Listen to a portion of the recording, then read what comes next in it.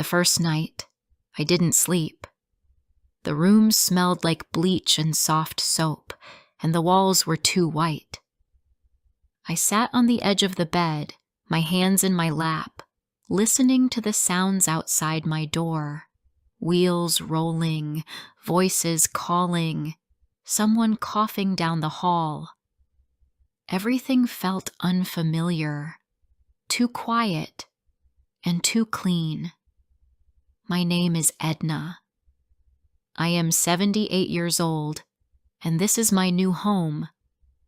A care home, they call it. Maple Grove Residence. It sounds like a place with trees and gardens, but the only maple I've seen is a small tree outside the dining room window. The nurse said my daughter chose this place because it's close to her work. I smiled when she told me that. Smiling is easier than speaking sometimes. I had a house once. A real house. With yellow curtains in the kitchen and a creaky wooden floor in the hallway. My husband, Thomas, built that house with his hands. He was a quiet man, always working, always fixing something. I loved him more than I ever told him. He died 8 years ago, in his sleep. I found him in the morning, still holding his glasses. I sat beside him for a long time, not crying, just holding his hand. After the funeral, the house felt different, colder, bigger. The sounds disappeared and silence took their place. For a while, I managed fine. I cooked small meals. I talked to the television. I walked to the corner shop and told the cashier too many stories. But as time passed, walking became harder. The stairs looked steeper. My hands didn't always listen to my brain. And one morning, I fell in the bathroom. I couldn't get up for almost an hour. That was when my daughter, Lucy, said enough. She sat me down gently, like someone placing a vase on a shelf. She told me I needed help, proper care. I told her I was fine. I told her I had managed alone before. But she looked at me like I was a child. She had already decided. So now I'm here. A small room with a single bed, a wardrobe, and a round table with 2 chairs. One chair is always empty. There's a calendar on the wall. I cross off each day with a red pen, though I don't know why. Maybe it makes me feel like time is still moving, like I am still part of something. On my second morning, a nurse brought me tea. Her name is Janet. She's young and quick, always in a hurry. She smiled as she placed the cup on my table. "Anything else you need, Edna?" she asked. I wanted to say yes. I need my house. I need my life back. I need my daughter to visit more than once a month. But I only said, "No, thank you." I watched her leave and listened to the door click shut. I stared at the cup. It was green, with a small chip on the rim. Something about that chip made me feel comforted, imperfect, like me. Later that week, someone new came into my life. Her name was Ellie. She's 10 years old and full of energy, with curly hair that bounces when she walks. She comes every Thursday after school with her mother, who works in the office. Ellie doesn't visit anyone in particular. She just walks around, talking to whoever is willing to listen. That first Thursday, she popped her head into my room without knocking. "Hi," she said brightly. "Are you busy?" I looked at her, surprised. "No, not really." She walked right in, carrying a bag full of colored pencils and paper. "I'm Ellie. My mom works here. Do you want to draw something with me?" I hadn't drawn anything in decades, but her smile was wide and her eyes were full of light, so I said yes. We sat together at my little table, and she handed me a sheet of paper and a blue pencil. "Draw something from your memory," she said. I thought for a moment, then slowly began to draw my old kitchen, the yellow curtains, the kettle on the stove, the clock that never worked. My hand shook a little, but the lines appeared.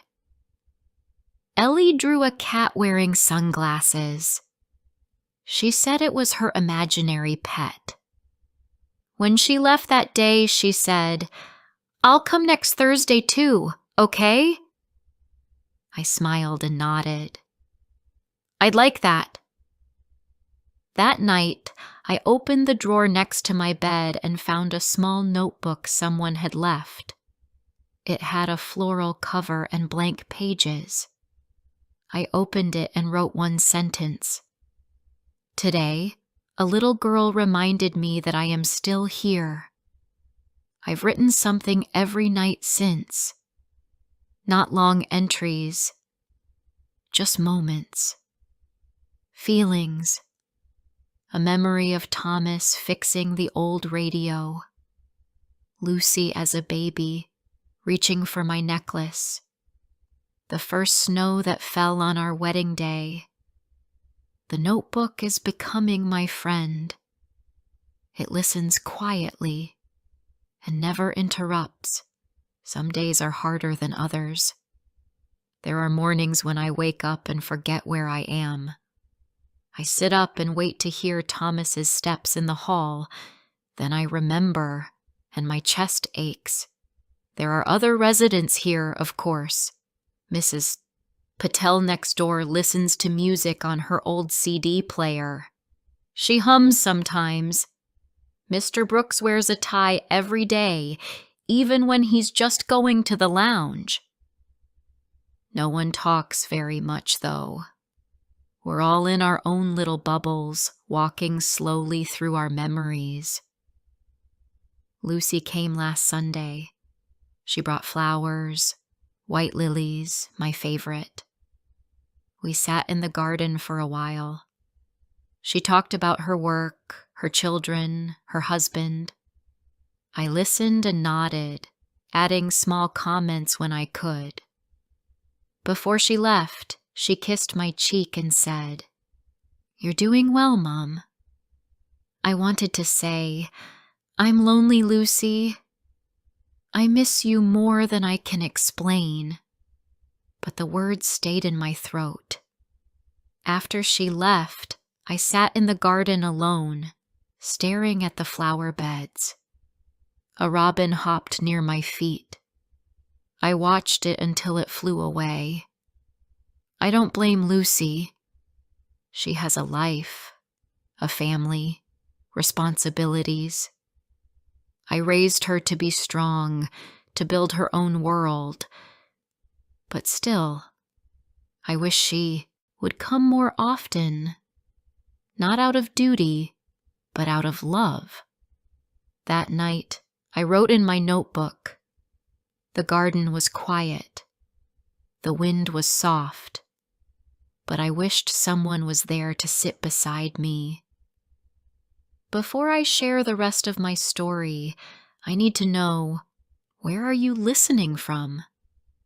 Knowing someone hears me, understands me, gives me strength. The weeks passed like slow-moving clouds. Some days were soft, with sunlight and bird song. Others were gray, like wet wool hanging in the sky. But every Thursday, I waited for Ellie. She always arrived with a smile and something new in her bag. One week it was stickers. Another time it was a coloring book about animals in space. She made me laugh when she gave a unicorn a diving helmet and a rabbit a jetpack. "You're funny," I told her. She grinned. "I like making you smile." Nobody had said that to me in a long time. One Thursday, she brought a small voice recorder. "We're doing a school project," she said. "I have to record a story from someone older. You're the most interesting person I know." I blinked. "Me?" "Yes, you! Can you tell me something from when you were young?" I hesitated. My stories felt dusty, hidden in corners of my mind. But Ellie waited patiently, her recorder ready. So I told her about the summer of 1967. I was 20 and working in a tiny library in a small seaside town. That's where I met Thomas. He came in every Thursday afternoon to borrow gardening books, though I never saw him read one. He always returned them late, with a shy smile and an apology. I remembered how he finally asked me to tea and how nervous we both were. I told Ellie about the park bench where he first held my hand and the note he left in the library's poetry section, folded between pages of a love poem. As I spoke, I could feel that time again, sand on my feet, the sound of the sea, the way Thomas looked at me like I was the only person in the world. When I finished, Ellie pressed the stop button and said quietly, "That's the best story I've ever heard." She sent the recording to her teacher. Later, I found out they played it in class, and Ellie said everyone clapped. That night, I wrote in my notebook, "Even old hearts can tell new stories." Ellie continued visiting each week, and slowly, she brought others. First, it was her friend Maya, then a boy named Jacob. They were curious, kind, and full of questions. "Did you ever fly in a plane?" "What was your favorite toy?" "Did you get in trouble at school?" I told them everything. I didn't hold back. I told them about sneaking biscuits from the tin when Mum wasn't looking, about the time I ran in the rain barefoot, and how I once got stuck in a tree trying to impress my sister. These children didn't look at me like I was old. They saw someone with a full life behind her. They made me feel whole, again. The nurses noticed the change in me. I laughed more. I asked for walks in the garden. I even started helping some of the other residents, like Mrs. Patel, who had trouble remembering which pills to take. "You're the sunshine around here," Nurse Janet said one morning. "We all see it." I smiled and looked out the window. Maybe I just needed someone to listen. One rainy afternoon, Ellie came in quietly. She wasn't her usual bubbly self. She sat down and looked at me with serious eyes.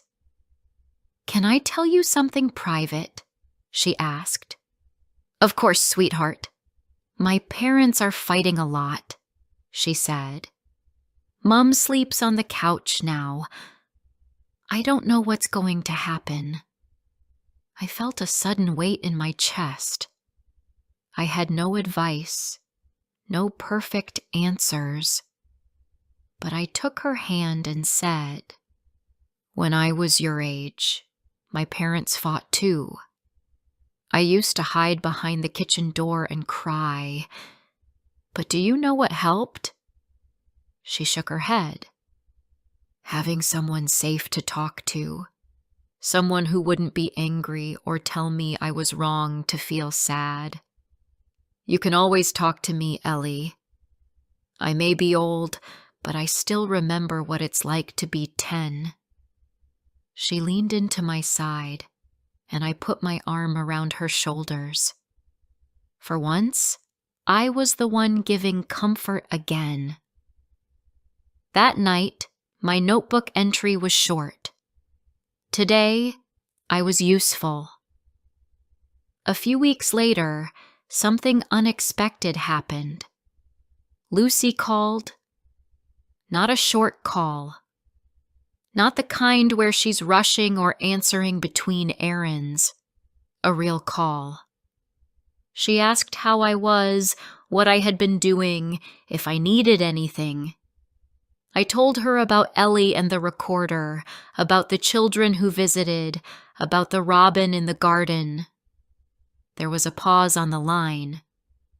"Mom," she said, "you sound lighter." "I suppose I am," I replied.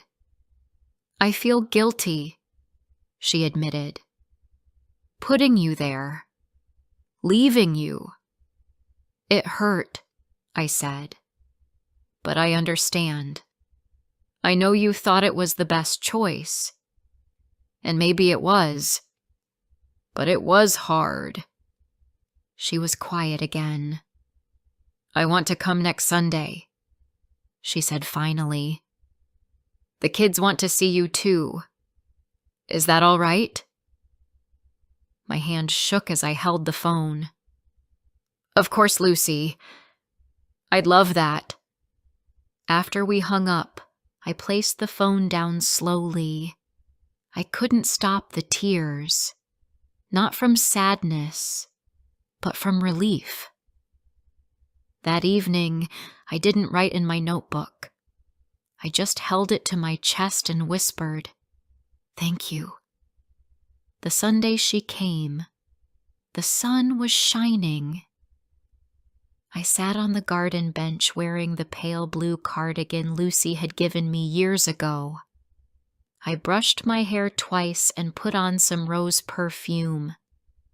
The kind Thomas used to say reminded him of our first dance. When Lucy arrived, she had both her children with her, James and Ava. They had grown so much. James was tall and quiet like his father. Ava wore her hair in 2 braids and hugged me like she had always known how much I missed her. We sat in the garden and talked for hours. Lucy brought photos and showed me the children's school projects. James had drawn a tree for science class, and Ava had written a poem about the stars. "Ellie would love these," I said. "Who's Ellie?" Ava asked. I smiled. "A very special girl who saved me from silence." That evening, I watched them drive away. My heart ached a little, but it was a good kind of ache, like the feeling after a long walk, tired, but alive. Before bed, I opened my notebook and wrote, "They came back, not because they had to, but because they wanted to. That makes all the difference." The next weeks moved gently, like soft ripples on water. Lucy and the children began visiting more often, and each time they came, something small changed inside me. My hands didn't shake as much. I found myself humming old songs in the morning. The silence in my room didn't feel as heavy anymore. One afternoon, I was sitting near the garden gate when Ellie ran up to me, breathless. "I have news," she said, eyes sparkling. "We're doing a school show about memories. And guess what?" "What?" I asked, smiling. "I'm going to tell your story." The one about the library and Thomas and the love note in the poetry book. I froze for a moment. My story? She nodded. I told my teacher, and she said it's perfect. Can I do it? Please? I reached for her hand. Of course, Ellie. I'd be honored. That evening, I sat with my notebook on my lap. The pen hovered over the page for a while. Then I wrote, "Someone wants to carry my memories forward. That means I will not be forgotten." On the day of the school show, the care home arranged a trip for a few of us residents. Janet, the nurse, helped me into the minibus. I wore my best coat and a scarf that Lucy had knitted for me the previous winter. When we arrived, the school gym was full of parents, children, and bright posters. The sound of chatter and laughter was almost too much at first, but then I saw Ellie waving at me from the stage. She was wearing a white blouse and holding a small notebook in her hand. My story. The room fell quiet as she stepped up to the microphone. "My name is Ellie," she said, her voice clear and brave. "And I want to tell you about a woman named Edna who once worked in a small library by the sea." As she spoke, my eyes filled with tears, not because I was sad, but because I had never felt so seen. Not in years. This little girl was giving my life back to the world, piece by piece. When the show ended, several people came up to me. "Was that really you?" "That was such a beautiful story. I hope my daughter grows up to be as thoughtful as Ellie." Janet leaned down and whispered, "You're famous now." I laughed for the first time in days. That night I wrote, I used to think my life was fading, but today it shined. The seasons began to change. Leaves fell like soft brown paper across the garden paths. The flowers bent low with cold. The days became shorter and the wind sharper, but I stayed warm, wrapped in my family's visits and Ellie's weekly drawings.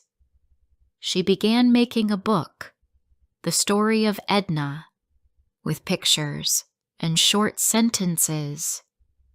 She said she would give it to me when it was finished.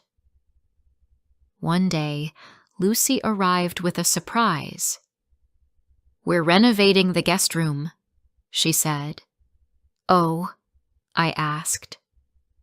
"So that you can stay with us over the holidays. Would you like that?" The words didn't come right away. I was too shocked. "Yes," I finally said. "Yes, I would love that." That night, I couldn't sleep. I sat by the window, watching the streetlight outside flicker in the breeze. I thought of Thomas, of our Christmases together, of Lucy as a child, hanging paper stars in the windows. "I'm going home," I whispered. The day I left for the holidays, the staff hugged me like I was going off to a new country. Ellie came running down the corridor with her book in her hands. "It's finished!" she shouted. "Look!" She handed it to me, a little handmade book with drawings and stories about my life. On the last page she had written, "To Miss Edna, who showed me that even old hearts carry young stories." I hugged her tightly. "You've given me more than you know, Ellie." She pulled back and smiled. "Will you come back?" "I might," I said. "But if I don't, You'll still have my story, won't you?" She nodded. At Lucy's house, the smell of cinnamon and pine filled the air. Her husband greeted me warmly, and the children had made a banner that read, "Welcome home, Grandma." It wasn't my old house, but it felt safe. It felt like belonging. We spent the holidays baking, decorating, and telling stories around the fireplace. One evening, Ava asked me to tell the story about the day her mum fell into the pond chasing a butterfly. Everyone laughed until tears rolled down our cheeks. Another night, James showed me a project he was working on. He was writing a small biography for school. "Can I write about you?" he asked. I hesitated. "Of course, if you'd like." He grinned. "You're the most interesting person I know." The same words Ellie had said. My heart swelled. That evening I wrote, "Maybe we don't disappear. Maybe we live on in the people who remember our stories." After the holidays, I chose not to return to the care home. Lucy offered for me to stay longer. "We'll make it work," she said. "It's not always easy, Mom, but we want you here." I wanted to cry, but I didn't. I simply held her hand and said, "Thank you." I brought my notebook with me. It sat on my bedside table, always ready, always listening. I began writing less about the past and more about the present, about Ava's stories, James's drawings, Lucy's kindness, and quiet mornings with tea. Sometimes I still felt lonely, especially in the evenings when the house was quiet. But I also felt needed again, visible, alive. One morning, Ellie's mother called. "She's won an award," she said proudly, "for her storytelling project about you. She'd love to show you." Ellie came over that weekend. She wore a little medal and held a framed certificate. "It's ours," she said. "I only told the story. You lived it."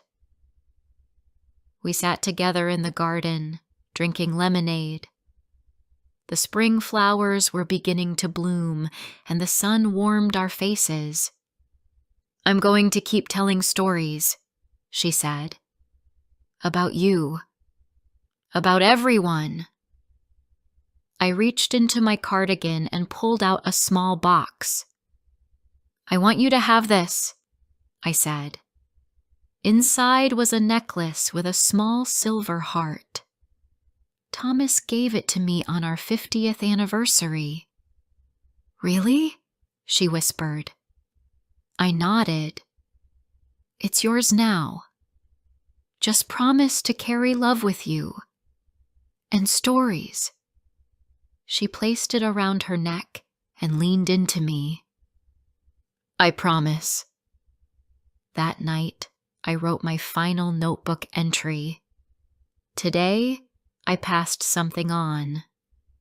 A story, a heart, a hope. Time passed. Months, then a year. I grew slower. My hands shook more. The walks became shorter. But my heart remained full. Every week, I sat in the garden while Ava read her stories aloud. James played music on his little keyboard. Lucy brought tea and wool, and we crocheted simple things: scarves, hats, a small blanket. And Ellie? She visited often. She started a storytelling club at school and brought drawings from other children who had spoken with older people. They have amazing stories too, she said, but most people don't ask. Keep asking, I told her. That's the magic. One afternoon, I stayed in bed. The world felt distant, like I was behind a window of fog. But I wasn't afraid. I had said what I needed to say. I had loved deeply. I had been remembered. Lucy sat beside me, holding my hand. "Mom," she said softly, "you changed. You opened back up. I see it now. You were never just getting old. You were waiting for us to see you again." I smiled weakly. "You found me, Lucy. Thank you." Ava and James came in quietly, each carrying a flower. Ellie followed, holding her book of our story. I looked at them all, my family, my friend, my legacy, and I whispered, "I'm not alone anymore." If you liked my story, please like, comment, and share. More simple and emotional stories are coming soon.